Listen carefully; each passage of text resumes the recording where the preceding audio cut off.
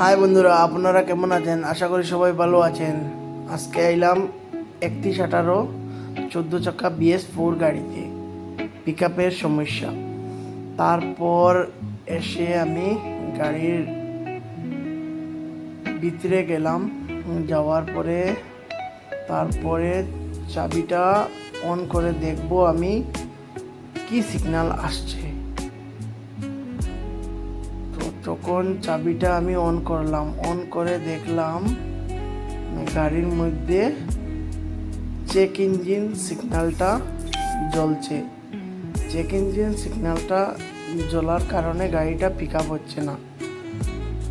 তখন আমি ল্যাপটপ লাগালাম, ল্যাপটপ লাগিয়ে কানেক্ট করে দেখবো এখন ফল্ট কোডটা কি আছে। দেখি ফল্ট কোডটা কি আসে।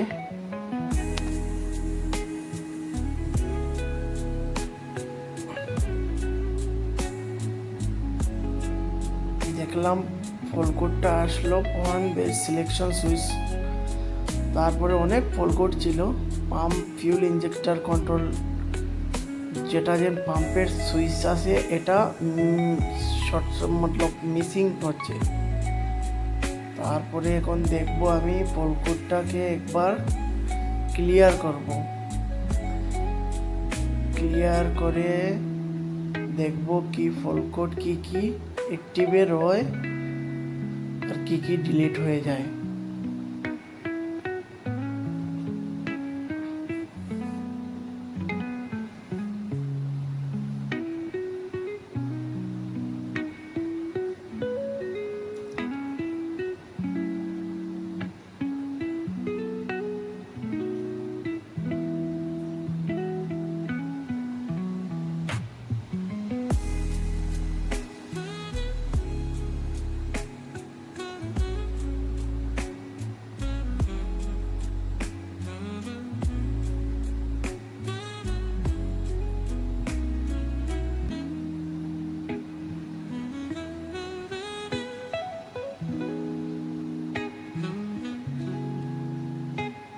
ফল্ট কোডটা ক্লিয়ার করে দিলাম।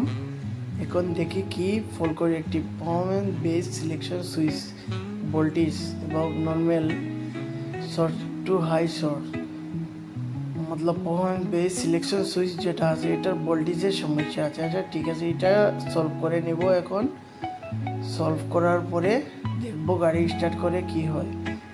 তারপর পাম্পের মিটারিং ইউনিট যেটা সুইচ আছে এটার কানেকশনটা লুজ ছিল। তো এখন খুলবো, খুলে ওটাকে পুরো টাইট করে তারপর ফিটিং করব। খুলে দেখি কি হয়।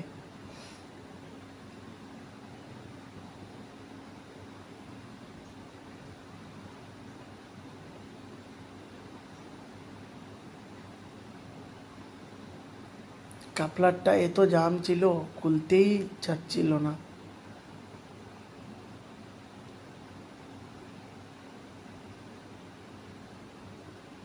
তারপরটা গাড়ি ওকে হয়ে গেল। তারপর আমি ট্রায়াল করে দেখলাম গাড়িটা এখন ঠিকঠাক আছে, পিক আপ সব ঠিকই নিচ্ছে। তারপর আমরা গেলাম চড়াই উঠে দেখলাম গাড়িটা ঠিকই টানছে, পিক আপের সমস্যা এখন আর নাই। গাড়ি ওকে হয়ে গিয়েছে।